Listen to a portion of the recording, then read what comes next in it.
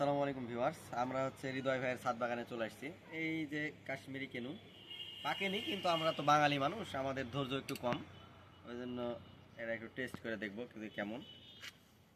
আমাদের ধৈর্য খুবই কম। এই যে রস পড়তেছে, ভালোই রস আছে, লোক টোক যান না কাটে আল্লাহ।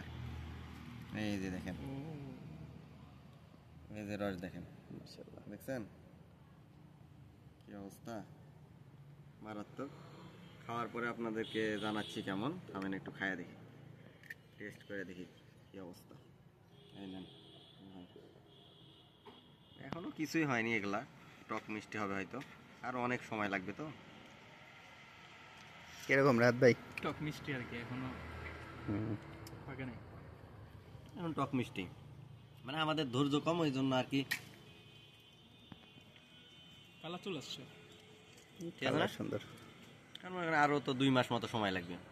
2 মাসে অনেক মানে মিষ্টতা চলে আসবে। আর কাশ্মীরি কেন এমনিতেই ফেমাস জাত, এটা নিয়ে টেনশনের কিছু নেই। আপনারা চাইলেই 2-1টা করে গাছ লাগাইতে পারেন।